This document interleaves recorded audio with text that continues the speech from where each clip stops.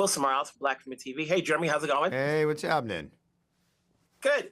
I've been watching the show from get-go, and I'm always like, Mike is always the orbit of a lot of drama. And the question is, when is he at his calmest? Is it with Ian, Bunny, Iris, or Kyle? I mean, it's funny you bring that up, because those are all like I call them like the safe landing spots, or the intimate moments, or where it's less aggro, that's where you can get actually into the human experience of all those characters, right? When Mike's with any of those characters, there's a real human experience that transpires, and that's why I love the character. That's why I love those characters. When it's outside of that, then it's usually drama and it's business as usual. But when you get to the humanity of the characters, I fought for a lot of that this season to find beautiful. It only have to be moments, but it's also a good reprieve for the audience away from the death and explosion and destruction and the knives and the shootings. And it's nice to land with a really intimate exchange. And those are all great characters I love so dearly. And we even add Tracy this year onto that list. But I look forward to those scenes all the time.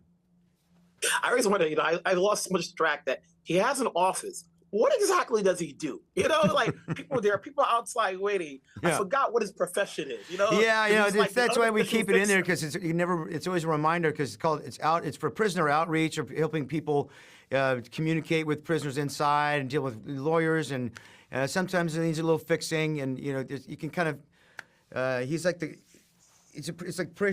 advocate for prisoners, essentially, is what the job is. And I guess he's doing that on the side at this point, because there's so much drama going on. But he ends up living there and sleeping there at this point.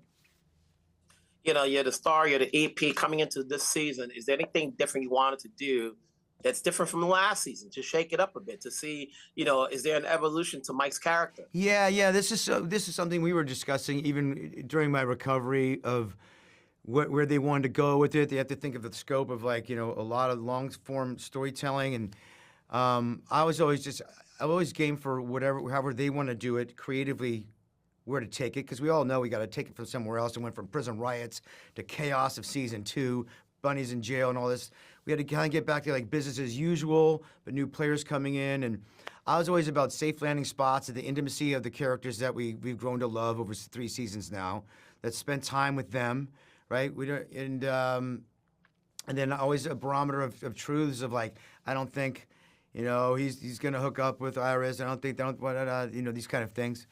But I think it's always interesting where the writers want to go, and all these great creatives want to take it.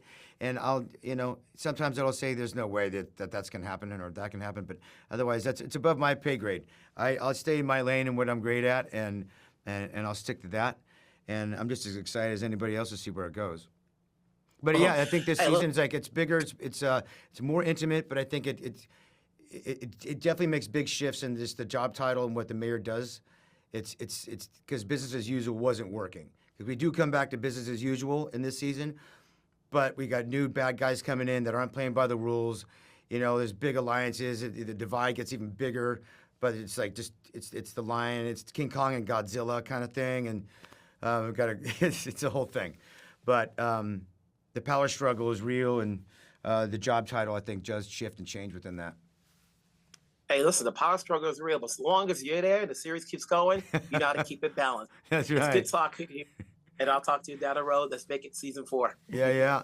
Thank you.